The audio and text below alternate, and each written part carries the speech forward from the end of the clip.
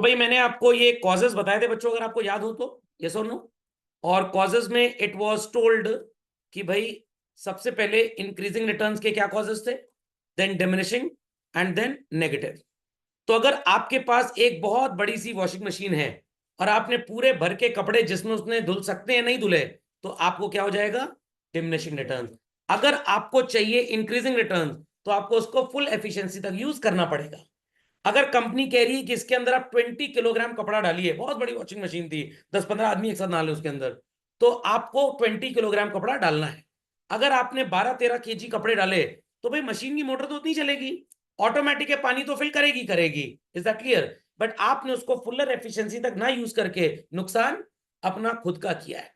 Electricity वो उतनी ही लेगी, चलेगी वो 2 घंटा ही पूरा प्रोसेस प्रोग्राम कंप्लीट करने में, अगर आपने कभी वॉशिंग मशीन देखी हो तो। Is that clear? बट आपने कपड़े कम डाले हैं तो आप अपना नुकसान कर रहे हैं। बात समझ में आई? तो कार में या बस में कैपेसिटी है 50 लोग की और ड्राइवर 15 सवारी लेके बस निकल लिया, क्या फुलर यूटिलाइजेशन ऑफ रिसोर्सेज हुआ? तो ड्राइवर को इंक्रीजिंग रिटर्न्स नहीं होंगे। तो कभी आपने स्टेशन के बाहर देखा होगा, ठूसते जाते हैं सो कॉल्ड टेम्पो वाले अपनी गाड़ी के अंदर लोगों को, what they wish to do children, increasing return. क्योंकि उनको पता है कि अगर कम लोगों को बैठाएंगे तो they will have what, diminishing returns. समझ में आ गया फुलर यूटिलाइजेशन का मतलब? चलिए, इंक्रीज्ड एफिशिएंसी, आपका लेबर ज्यादा वेरिएबल होगा तो इंक्रीजिंग रिटर्न्स। और अगर जिस तरह के लेबर को मशीन आपने देनी थी, या जहां पे मशीन यूज करनी थी आपने लेबर यूज कर लिया, लेबर यूज करना था मशीन यूज कर लिया, आपके रिटर्न्स क्या होंगे बच्चों, डिमिनिशिंग। What it clear? आपस में मशीन या आपस में वर्कर्स एक दूसरे के साथ कोऑर्डिनेट नहीं कर पा रहे हैं, तो क्या आपको इंक्रीजिंग रिटर्न्स होगा? No. If the coordination between the principal and the coordinator is good in the school, teachers को इंस्ट्रक्शन सही मिलेंगे और एजुकेशनल एक्टिविटीज ठीक से चलेंगी। खोपड़े में बात गई कि नहीं गई? तो यहां पे आप एक एग्जाम्पल ले सकते हैं ट्रेन ड्राइवर का, और जो गार्ड एकदम पीछे होता है, अगर सही टाइम पे उसने ग्रीन या रेड सिग्नल नहीं दिया तो क्या ट्रेन चल पाएगी? नो। और ट्रेन अगर बढ़िया से चल रही है तो it is the so called reason कि सारे लोगों के बीच में कोऑर्डिनेशन बेटर है। समझ गए इस बात को? और अगर पुअर कोऑर्डिनेशन होगा तो we'll have what children, diminishing factor. समझ में आ गया? तो आपने अपने फ्रेंड को बोला कि तुम डेटा कलेक्ट करके लाना, मैं प्रोजेक्ट रिपोर्ट पूरी लिख दूंगा। वो टाइम पे डेटा ले आया, आपने प्रोजेक्ट रिपोर्ट लिख दी, कंपनी में आपको प्रमोशन मिल गया, कोऑर्डिनेशन वाज बेटर। ना वो डेटा लेके आया टाइम पे, ना आपने प्रोजेक्ट रिपोर्ट सबमिट की, will you be getting increasing returns? Will you be getting promoted? No. क्या हो जाएगा, डिमोशन हो जाएगा। ओके। जितने लोगों की जरूरत है उससे ज्यादा काम कर रहे हैं, ओवर क्राउडिंग, पैसे तो ज्यादा जा रहे हैं, कॉस्ट ज्यादा है, बट ये ज्यादा लोग किसी काम के लायक है ही नहीं, तो कौन से रिटर्न्स होंगे भाई, negative returns. And if you are unable to manage your employees, आए दिन एम्प्लॉय छुट्टी पे है, कोई नौकरी छोड़ के चला जा रहा है, आप उनको मैनेज ही नहीं कर पा रहे हैं, क्या आप उनसे आउटपुट ले पाएंगे? बिल्कुल नहीं ले पाएंगे। तो ये बात सबको समझ में आ गई बच्चों? चलिए, तो let's proceed further to this. ये सब तो आपको अभी इतना इफेक्ट करेगा नहीं, तो इनसे आप बिल्कुल भी परेशान ना हो बच्चों। ये आगे का कॉम्पोजिशन है। चलिए, अपनी कॉपी ओपन कर लें बच्चों और हेडिंग लिखें, concept of production function in long run. I repeat, concept of production function in long run. तो ध्यान से सुनिएगा बच्चों, लॉन्ग रन कॉन्सेप्ट होता क्या है, आपको ये चीज कायदे से पता है। देर आर 3 टाइम पीरियड्स, एक बकवास है very short period. Short run is that period of time जहां पे लेबर को तो आप वेरिएबल कर सकते हैं, but what remains fix children, capital. But अगर आपके स्कूल में ज्यादा बच्चे पढ़ना चाहते हैं, इतने भी ज्यादा नहीं है कि स्कूल को और कंस्ट्रक्ट करवाया जाए, तो प्रिंसिपल ने सोचा 2 शिफ्ट में स्कूल चलाते हैं, एक सवेरे 7 बजे से लेकर 1 बजे तक, और दूसरा 2 बजे से लेकर 6 बजे तक। सर दूसरी शिफ्ट थोड़ी छोटी क्यों होगी? अब भाई हमारे पास क्योंकि टाइम नहीं है। समझ में आ गया? या पहली शिफ्ट को थोड़ा और छोटा कर दे। तो इन दैट केस क्या किया गया, टीचर्स को डबल एम्प्लॉयमेंट मिल गया, या और लोगों को हायर कर लिया बाहर से, सेकंड शिफ्ट के टीचर्स अलग हैं, labour has been made variable. But जो बिल्डिंग है, जो इंफ्रास्ट्रक्चर है, जो स्कूल के प्रिंसिपल हैं, वो सिर्फ एक रहेंगे, बिल्डिंग चेंज नहीं होगी। प्रिंसिपल भी खैर वेरिएबल फैक्टर हो सकता है, capital building will remain same, एक ही कैंटीन, एक ही साइकिल स्टैंड, एक ही वाटर कूलर, सब कुछ सेम रहेगा। बट हमको पता लग गया कि देश में पॉपुलेशन भयंकर बढ़ रही है और 5 साल बाद एकदम समझ लीजिए डबल हो जाएगी स्कूल की स्ट्रेंथ। तो स्कूल को अगर आज ये चीज पता लग गई what school can do children, वो नई बिल्डिंग कंस्ट्रक्ट करवा लेगा। Is that clear? और कोऑर्डिनेटर्स को अपॉइंट कर लेगा, सेक्शंस बढ़ जाएंगे। तो इन दैट केस लेबर भी वेरिएबल हो गया, टीचर्स को भी हायर करेंगे और बिल्डिंग भी बना ली। This period of time is called as what? Long run. तो ये मत सोचिएगा 2 महीने का पीरियड लॉन्ग रन है और 1 हफ्ते का शॉर्ट रन, ऐसा नहीं होता है, ऐसा नहीं होता है। जहां पे आपका लेबर और कैपिटल दोनों वेरिएबल हो जाए, it is called as what children? Long run period. Is that clear? एक छोटा सा एग्जांपल ले रहा हूं ताकि आपको सो कॉल्ड अगला पैराग्राफ समझ में आ जाए। ध्यान से बात को सुनिएगा बच्चों, कॉन्सेप्ट झटपट लिख लीजिए, then I happen to explain what it says. 10 unit labour और सो कॉल्ड 10 यूनिट कैपिटल। नजर आ रहा है बच्चों? नजर आ रहा है? Yes. आपने आउटपुट बढ़ाने के लिए लेबर को 10 से 12 कर दिया और कैपिटल को भी 10 से 12 कर दिया। फिर ये दोनों 12 से 14 हो गए, दोनों 14 से 16 हो गए, दोनों 16 से 18 हो गए। The extent by which I am changing capital, by the very same extent I am changing labor as well. Yes or no children? Yes or no? इसको बोलते हैं कि inputs are altered in fixed proportion. जितना labour बढ़ेगा उतना ही capital बढ़ेगा। खोपड़े में बात गई चलन भाई, खोपड़े में बात गई, समझ में आ गया? चलिए कहानी आगे बढ़ाते हैं बच्चों। वेरिएबल प्रोपोर्शन का क्या मतलब होता है? आपका कैपिटल सो कॉल्ड 10 से 14 हो गया, फिर 16, फिर 18 और फिर 20। Do you observe a change that is same in both children? No. Labour 10 से 12 हो गया, कैपिटल 14, फिर ये 12 से 14, ये 14 से 16। क्या प्रोपोर्शन सेम है बच्चों? इसको बोलते हैं variable proportions. What? Variable proportions. हमें जो थ्योरी पढ़ाई जाती है as a part of syllabus children, वो सो कॉल्ड ये वाली पढ़ाई जाती है। तो हमारे सिलेबस में लॉन्ग रन में हम एफओपीज को फिक्स्ड प्रोपोर्शन में बढ़ाएंगे, हम so called non fixed proportion में कभी भी नहीं बढ़ाएंगे। समझे बात को या नहीं समझे बात? समझ में आ गया? समझ में आ गया भाई? Yes. चलिए झटपट इसको लिख लीजिए, झटपट, very quickly children, very quickly. कोई क्वेरी है तो प्लीज आस्क। चलिए, तो जैसा कॉन्सेप्ट आपने पढ़ा था बच्चों शॉर्ट रन में, वैसा ही यहाँ पे पढ़ेंगे। इस थ्योरी का नाम सबको समझ में आ गया होगा। क्या बोलते हैं इसको? Returns to scale. क्यों बोलते हैं ये जानना बहुत जरूरी है। 10-10 से दोनों बढ़ के 12-12 हो गया, फिर और बढ़ के 14-14, फिर और बढ़ के 16-16। Scale of operations have been increased. I repeat, scale of operations have been increased और अपग्रेडेड। समझ में आ गया? इसके यहाँ पे शब्द क्या यूज किया जा रहा है? Returns to scale. जो भी आउटपुट में चेंज होगा वो दोनों की वजह से होगा, किसी एक की वजह से नहीं होगा। Is that understood? तो शॉर्ट रन में सिर्फ पापा या सिर्फ मम्मी एक जन आपके ऊपर ध्यान दे रहा था, अब दोनों मंडरा रहे हैं। ओके चलिए, तो ध्यान से सुनिएगा, कॉन्सेप्ट वही है बच्चों। It's titled as output is the result of labour and capital.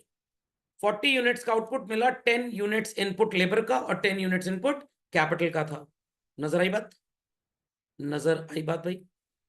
अब आपका आउटपुट 40 से बढ़ के कितना हो गया? 48। कितना चेंज आया? 8 यूनिट्स का। कितना? 8 यूनिट्स का। तो भाई 10 से 11, यहां कितने यूनिट्स का चेंज आया? 1। यहां पे भी कितना चेंज आया? 1। 10 से पूरा स्केल 11 का हो गया, 1 यूनिट का चेंज आया। What is 1 unit as a percentage of 10 units? 10%। Input 10% बढ़ा और आउटपुट 20% बढ़ गया, तो output changes by a larger extent in comparison with input. Yes और no children? This is addressed as what? Increasing returns to scale. आपने जितना input बढ़ाया 10 से 12 कर दिया, कितने परसेंट बढ़ा? 20%। आउटपुट 40 से 48 हो गया, कितनी यूनिट्स बढ़ी? 8। 8 इज व्हाट परसेंटेज ऑफ 40? 20%। खोपड़े में बात गई सबके भाई? तो सो कॉल्ड इनपुट का चेंज आउटपुट के चेंज के बराबर है। It is called as what? Constant returns. ना यहां पे बहुत ज्यादा प्रॉफिट होगा, ना यहां पे बहुत कम प्रॉफिट होगा, it will be constant. Moving ahead to the last one, diminishing returns to scale. 10 से 13 हो गया, कितने यूनिट बढ़े बच्चों? 3। 3 is what percentage of 10? 30%। Output 40 से कितना हो गया? 48। कितने परसेंट बढ़ा? 20%। 30% increase in output gives rise only to 30% increase in input gives rise to only 20% of output। तो आपका इनपुट ज्यादा बढ़ा है बट आउटपुट उतना ज्यादा नहीं बढ़ा, तो आप इसे क्या नाम देंगे भाई? Diminishing returns. सर यहां नेगेटिव नहीं होता, बिल्कुल नहीं होता, क्योंकि जो भी वर्कर, जो भी मशीन हमें नुकसान देगा, हम उसको जय माता दी कर देंगे, किक आउट कर देंगे, क्योंकि लॉन्ग रन है, changes are possible. Short run में पॉसिबल था ही नहीं। क्यों सर? लेबर को निकाल दें, कॉन्ट्रैक्ट है, 3 महीने तक हम लेबर को नहीं निकाल सकते, 6 महीने तक लेबर को नहीं निकाल सकते, तो उतना टाइम तो हमको उसको हायर करना ही करना है। बट इस थ्योरी का असम्पशन है that both the factors are variable। is that understood? चलो ऋषभ जी समझ गए, तुषार जी समझ गए, people on the hot seat समझ गए? Yes Yes, sir. झटपट अपडेट कर लें बच्चों, झटपट अपडेट कर लें। ये तो आप पढ़ ही चुके थे, इसलिए इसमें आपको कुछ पढ़ाना नहीं मेरे को, ये शॉर्ट रन का कॉन्सेप्ट है। चलिए please write this definition for law of, oh sorry चलिए शॉर्ट रन की थी, वैसे तो आपके पास नोट्स में ये है इसलिए लिखने की जरूरत नहीं है, बट मैं आपको शॉर्ट रन की एक डेफिनेशन एक बार बता ही देता हूँ। वैसे मैंने चीजें बता दी आपको। जैसे आप ज्यादा से ज्यादा यूनिट्स लेबर की लगाएंगे, स्टार्टिंग में टीपी तेजी से बढ़ेगा बच्चों, हाईएस्ट पीक तक जाएगा, उसके बाद धीरे धीरे बढ़ेगा, और उसके बाद क्या हो जाएगा? बेट हो जाएगा। Is that understood? असम्पशंस भी एक बार देख लीजिए, वैसे नोट्स में है आपके पास। जो भी आपके पास टेक्नोलॉजी है ये एकदम सेम है। ऐसा नहीं कि पहले 5 वर्कर्स को बढ़िया मशीन दी थी, अगले 5 को घटिया मशीन दी, ऐसा कुछ भी नहीं है। Inputs are fixed as well as variable. कौन सा इनपुट फिक्स होता है बच्चों? हमारा कैपिटल। और कौन सा वेरिएबल होता है? लेबर। टेक्नोलॉजी ऐसी है कि वो फैक्टर प्रोपोर्शन को चेंज कर रही है। पहले 5 मशीन थी, 1 वर्कर था, फिर 5 मशीन पे 2, फिर 5 मशीन पे 3, एंड सारे के सारे फैक्टर्स ऑफ प्रोडक्शन होमोजीनियस हैं, इक्वली एफिशिएंट हैं। There could be some other reasons जिसकी वजह से स्टार्टिंग में आउटपुट तेजी से बढ़ता है, फिर धीरे धीरे बढ़ता है, और उसके बाद क्या हो जाता है? कम हो जाता है। What it? याद रखेंगे सब लोग इसको? चलिए भाई, this all we did children. Put the next heading in your copies. Analysis of long run production function children. और सबसे पहले इसकी डेफिनेशन लिखें 2 लाइन की। It says the term returns to scale refers to changes in output as all factors change by same proportion। मैंने आपको same proportion और different proportion की डेफिनेशन दी थी चलन, नजर आ रहा है लेफ्ट साइड पे, राइट साइड पे? Got it clear? तो यहां पे लेबर और कैपिटल सेम प्रोपोर्शन से चेंज हो रहा है, यस और नो?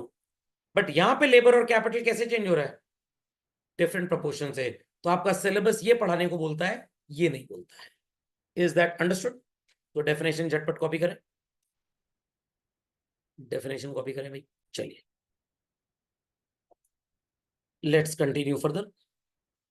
अब बच्चे कहेंगे सर यहाँ पे अजम्पशंस नहीं है। जनरली बच्चों लॉन्ग रन की थ्योरीज मैक्रो इकोनॉमिक होती हैं, और वहां रियलिटी पे सब कुछ चलता है, वहां पे असम्पशंस नहीं होते। समझे इस बात को? चलिए तो सबसे पहले आप लिख लें stages in long run production function, और पहला है increasing returns to scale. What children?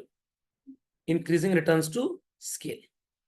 So moral of the story is this कि हम इनपुट को 10 लेबर और 10 कैपिटल मान के चल रहे हैं पहले, और इससे हमारा आउटपुट 100 यूनिट्स का हुआ। How much? 100। हमने लेबर और इनपुट को 50% बढ़ा दिया, 10 से 15 कर दिया। आउटपुट 100 से कितना नजर आ रहा है हमको? 200। 100% बढ़ गया। So it is a situation where factors of production are increased, and as a result output increases by, क्या लिखा है बच्चों? Higher rate, lower rate, constant rate? Higher rate. आपने इनपुट 50% बढ़ाया, कितना? 50%, बट आउटपुट कितना बढ़ा हुआ नजर आ रहा है? 100%। तो ज्यादा चेंज आपके इनपुट में है या आउटपुट में है बच्चों? आउटपुट में है। तो आप आउटपुट प्लॉट करेंगे वाई एक्सेस पे और इनपुट प्लॉट करेंगे एक्स एक्सेस पे। गैप देख लीजिए, I1 से I2 का कम है या Q1 से Q2 का कम है चिल्ड्रन? Simple as that. तो इनपुट में चेंज कम और आउटपुट में चेंज ज्यादा। थोड़ा थोड़ा आपको इलास्टिसिटी का प्रिंसिपल लग रहा होगा। व्हाट? इलास्टिसिटी। ये स्लोप आगे जा रहा था, पीछे भाग आया, फिर समझ में आ गया, इसको रोक लिया गया। Understood children? तो यहाँ पे अलग अलग ग्राफ्स बनेंगे तीनों के, एक में आप तीनों को एक्सप्लेन नहीं कर सकते। Logic understood well? झटपट लिखें इसको बच्चों। Yes, sir. Next children, constant returns. Change in input equals change in output. 10 से 15 हो गया, 50% चेंज, और 100 से 150 हो गया, ये भी कितना चेंज है? 50%। तो बच्चों ये सो कॉल्ड ओरिजिन से मूव करेगा, because change on x axis and that on y-axis is exactly same. So refers to a situation where all FOPs are increased. As a result, output increases by same rate. So that's why we call it as a constant returns to scale. Okay, do it fast. Next, diminishing returns to scale. Change in input is more. 50% आपने input बढ़ाया, but आपका output बच्चों 100 से 120 बढ़ा. Did it increase by same proportion or more proportion? Rather, it increased by a lesser rate. So that's why we call it as what? Diminishing returns to scale. आपको I1, I2 input में change ज्यादा नजर आ रहा है और output में change कम नजर आ रहा है children. So that's why we call this as what? Diminishing returns to scale. समझ गए बात को? नहीं समझे? समझ गए? चलिए झटपट कंप्लीट दिस. चलिए, so put the next heading in your copy children. जैसे हमने शॉर्ट रन के रीजंस पढ़े थे, लॉन्ग रन के भी रीजंस होते हैं, और ये रीजंस बहुत आसान होते हैं. शॉर्ट रन में आपने कॉजेस पढ़े थे इंक्रीजिंग रिटर्न्स टू फैक्टर के, डिमिनिशिंग के और नेगेटिव के. यहाँ पे भी आप पढ़ेंगे कांस्टेंट रिटर्न्स टू स्केल का कोई कॉज नहीं होगा. कांस्टेंट मतलब कांस्टेंट, जो ना बेनिफिट है नो लॉस है. सिर्फ दो चीज के कॉजेस आपको पढ़ाए जाएंगे. First which is called as increasing returns and then for diminishing returns. अगर हमारी इकोनॉमीज हो रही हैं, क्या हो रही हैं? इकोनॉमीज. इसको क्या बोलते हैं सर? कोई भी ऐसा रीजन जिससे आपकी कॉस्ट कम हो जाए और आपका रेवेन्यू बढ़ जाए, तो you will happen to get which type of returns children? Increasing returns. कौन से रिटर्न्स? Increasing returns. खोपड़े में बात गई. और कोई भी ऐसा रीजन जिसकी वजह से डिमिनिशिंग रिटर्न्स हो जाए, तो आप इसे क्या बोलेंगे? Diseconomy. तो आई रिपीट अगेन, वहां पे आपने इंक्रीजिंग रिटर्न्स टू फैक्टर का कॉस्ट पढ़ा, डिमिनिशिंग रिटर्न पढ़ा, नेगेटिव रिटर्न पढ़ा. यहां पे सिर्फ आपको कॉजेज इंक्रीजिंग और डिमिनिशिंग के पढ़ाए जाते हैं. व्हाट?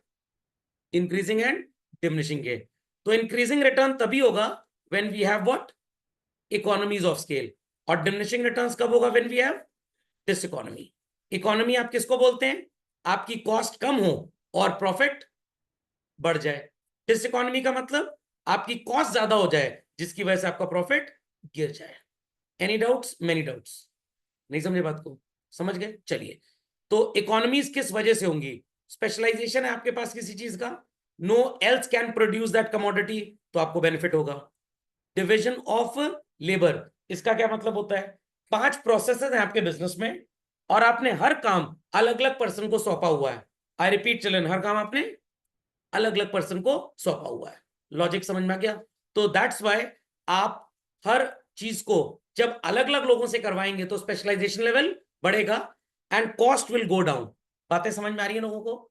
तो अगर मान लीजिए आपने बॉल पॉइंट पेन लिया, उसमें रिफिल लगवानी है, फिर उसको पॉलिथीन में डालना है, फिर कार्टन बॉक्स में पैक करना है. एक ही आदमी अगर सब कुछ करेगा तो प्रैक्टिकली स्पीकिंग उसका हाथ फंसेगा. तो हमने हर काम एक पर्टिकुलर पर्सन को दे दिया. एक पर्सन का काम है, वो स्पेशलाइज्ड है, सिर्फ बॉल पॉइंट पेन में रिफिल डाल रहा है. दूसरा सिर्फ उसको कार्टन बॉक्स में पैक कर रहा है. तीसरा सिर्फ उसको ट्रक तक पहुंचा के आ रहा है. तो each and everybody is specialised in their own work children. तो this is called as what? Division of labour. समझ में आ गया? इनडिविजिबिलिटी ऑफ कैपिटल, इसका क्या मतलब होता है? अगर आपकी कैपिटल डिविजिबल है, मतलब सर मशीन आपकी है जो 8000 यूनिट्स प्रोड्यूस कर सकती है, और अगर आप पूरे 8000 यूनिट्स प्रोड्यूस कर रहे हैं तो you are getting what? Economies. और अगर आप 8000 से कम प्रोड्यूस करेंगे बच्चों, what will happen? What will happen? Diseconomy होगा, क्योंकि मशीन तो चल रही है, उसमें इलेक्ट्रिसिटी कंपैरेटिवली उतनी लगेगी, वो 10 आवर्स लगातार चल सकती है, फिर 2 घंटे का उसको रेस्ट चाहिए, फिर आप 10 घंटे उसको चला लीजिए। बट आप मशीन को सिर्फ 6 आवर्स ही ऑपरेट करते हैं, क्या आप उसकी पूरी एफिशिएंसी रिकवर कर पा रहे हैं? बिल्कुल नहीं कर पा रहे। तो you will be having what? This economy. समझ में आ गया? अब इकोनॉमी दो तरह की होती है, one is called as internal and other is called as external. I repeat children, one is called as internal and other is called as what? External. अब internal क्या होती है children? Only to a firm. सिर्फ एक firm को किसी particular चीज का एडवांटेज हो रहा है तो आप इसे बोलेंगे इंटरनल इकोनॉमी। और अगर पूरी इंडस्ट्री को हो रहा है चिल्ड्रन, आई रिपीट, पूरी इंडस्ट्री को हो रहा है, then we call it as what? External economy. तो अगर गवर्नमेंट कार्स पे जीएसटी कम कर दे, आई रिपीट चिल्ड्रन, कार्स पे जीएसटी कम कर दे, तो what will be happening? Cars सस्ती हो जाएंगी या कार्स महंगी हो जाएंगी? सस्ती हो जाएंगी। In that case her car company के बायर्स बढ़ेंगे या कुछ कार कंपनीज के बायर्स बढ़ेंगे? सबके बढ़ेंगे। तो it is what? External economy. But अगर होंडा के पास कोई स्पेसिफिक पेटेंट है हाइड्रोजन इंजन का, तो वो एडवांटेज सिर्फ उन्हीं को होगा कि सबको होगा? सिर्फ उन्हीं को होगा। तो it is called as internal economy. बात समझ में आई? बात समझ में आ गई बच्चों? पक्का? Similarly we have what is called as diseconomy. बाढ़ आ गई, आई रिपीट चलन, क्या हो गया? बाढ़ आ गई, फैक्ट्रीज में पानी भर गया, मैक्सिमम फैक्ट्रीज एक पर्टिकुलर जगह पे लोकेटेड थी, उसी एरिया में बाढ़ आई और सब फैक्ट्री में पानी भर गया, तो it's a diseconomy. To all factories और सम फैक्ट्रीज? ऑल। तो it is external diseconomy. What? External diseconomy. और अगर सिर्फ मारुति को रॉ मटेरियल महंगा मिल रहा है क्योंकि इंपोर्ट ड्यूटी बढ़ गई उनके रॉ मटेरियल पे, तो क्या सब ऑटोमोबाइल कंपनीज को नुकसान होगा? No, it is called as internal diseconomy. नहीं समझे बात को? समझ में आ गया? चलिए इसको झटपट लिख लें। नेक्स्ट लेक्चर पे आई विल टीच यू कि भाई कितने तरह की ये internal external economy diseconomy हो सकती है। यहां तक कोई क्वेरी है तो प्लीज आस्क चिल्ड्रन।